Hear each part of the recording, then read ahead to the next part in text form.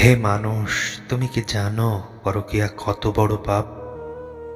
ইসলামে এটি শুধু হারাম নয়, এটি ঈমানের অবমাননাও।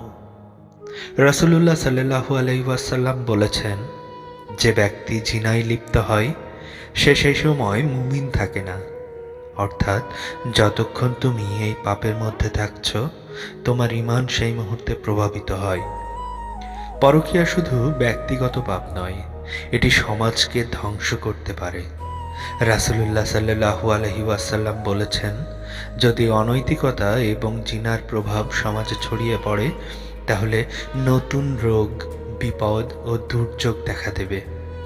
এটি কেবল ব্যক্তিগত নয়, সমগ্র সমাজের জন্য হুমকি। ইসলামে বিবাহিত পুরুষ ও নারী যদি পরকীয়া করে, তাদের জন্য কঠোর শাস্তি রয়েছে। অবিবাহিতরাও শাস্তির আওতায় পড়ে।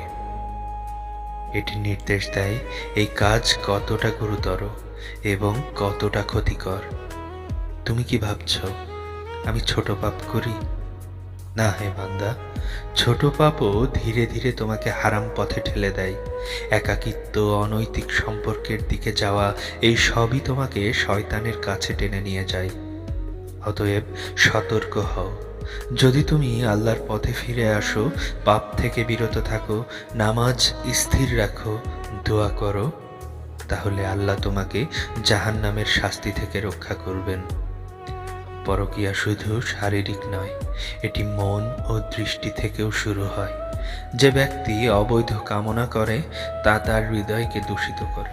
এই পাপ থেকে বিরত থাকাই হলো ইসলামের শিক্ষা। তাই ফিরে এসো ইসলামের পথে, জিনা করা থেকে বিরত থাকো। আল্লাহ অবশ্যই ক্ষমা করে দেবেন।